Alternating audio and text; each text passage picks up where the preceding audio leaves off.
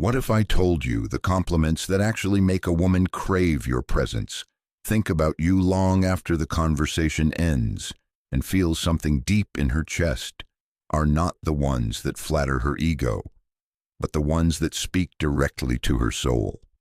See, most men have been trained to compliment a woman's appearance, her eyes, her smile, her outfit, the way she laughs. And yeah, those compliments might get you a smile or a thank you, but they don't leave a mark. They don't stay with her. They don't move her. Why? Because they're easy, obvious, surface level. Any guy with eyes can say them, and most guys do, hoping that by saying what she's already heard 100 times, she'll respond differently this time. But deep down, she knows what's going on. You're not really seeing her. You're just trying to win her. The ancient Stoics had a different approach. They didn't speak to flatter. They spoke to reveal character, theirs and others. They knew that words, when used with intention and clarity, could do more than just impress. They could transform the way someone sees themselves. So today I'm going to give you 3 compliments that most men are too afraid to give, because they require you to actually see the woman in front of you. These are not pickup lines. They're not about seduction. They're about connection. Real, rare, and unforgettable connection. But I'll warn you, once you use these, there's no going back. You'll realize just how empty and performative most compliments are. You ready? Compliment number 1. You carry yourself with integrity. It's rare, and I respect it. Let me tell you a story. A few years ago, I met a woman named Vanessa. We were at a mutual friend's dinner, sitting across from each other. She wasn't the loudest, she wasn't showing off, and she wasn't trying to grab attention. But I watched the way she moved through the room, how she spoke to people, how she chose her words. There was this calm authority in her, not arrogance, but something deeper, like she didn't need the room to validate her because she already knew who she was. Later that night, after a few glasses of wine and some deep conversation, I looked at her and said, "You carry yourself with integrity.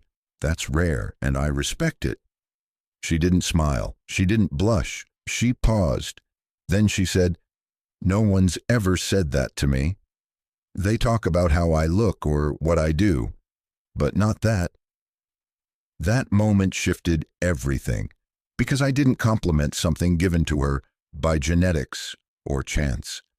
I complimented something she chose, something that came from her values, her code, her inner compass. And here's the Stoic principle behind this. Epictetus taught that the only thing truly within our control is our character.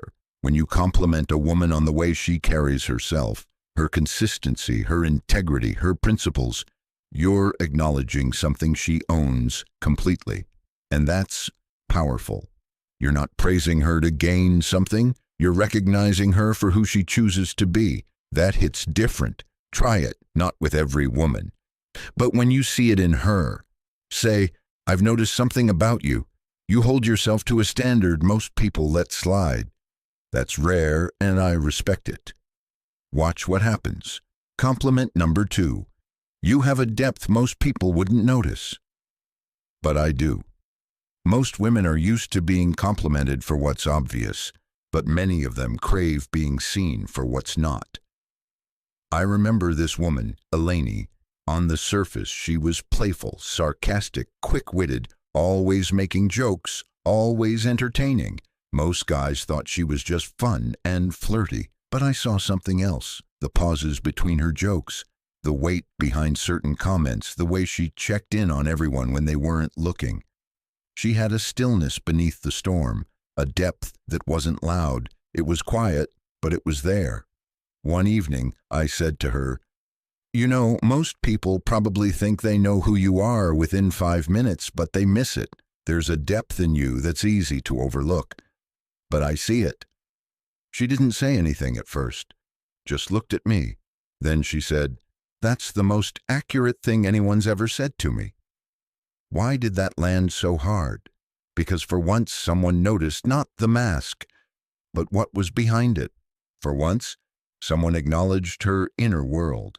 Stoicism teaches us to observe more than we speak, to notice what others ignore. Marcus Aurelius wrote, "The soul becomes dyed with the color of its thoughts." Most men never look deep enough to see a woman's soul. They get distracted by the surface. But when you speak to that internal color, that unseen depth, you touched something sacred. And here's the key. Don't just say you're deep. That's vague. Get specific. Say, you reflect before you speak. That tells me you think deeply. Or, you notice things others miss. That says something about how you observe the world. The more accurate you are, the more it will shake her, because no one's ever taken the time to look that closely. Compliment number 3. There's something about you that makes people feel safe being real. This is the one most men never say, because they're too focused on how a woman makes them feel. They never stop to think about the effect she has on the world around her. But women know. They know when people open up to them, when their presence makes others soften, drop their guard, tell the truth. They just never hear it acknowledged. I was once talking to a woman named Priya. She wasn't flashy, she didn't dominate conversations, but people kept gravitating toward her, sharing personal things, confiding, being honest. I watched it happen for hours. It wasn't her words, it was her energy. She created space. She didn't judge. She listened. She received people.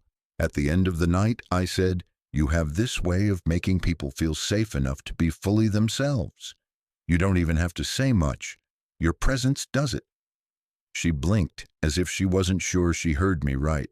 Then she said, "That's what I've always tried to do, but no one's ever noticed." Seneca wrote, "Wherever there is a human being, there is an opportunity for kindness."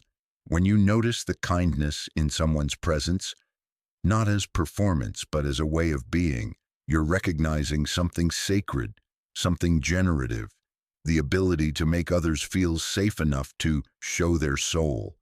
That's not common. That's a gift. You don't say this to every woman. You say it when you see it. You know what I noticed about you? People feel like they can be real around you. That's not something you can fake. It's something people feel in their body. You have it. That's unforgettable, because it says something no one else is seeing, but something she knows is true. Here's what ties all of this together. These compliments are not about giving her something. They're about revealing something she already has, and showing that you're the rare kind of man who sees it. They're rooted in presence, in observation, in respect for her character, not just her appearance. And here's the real reason they work.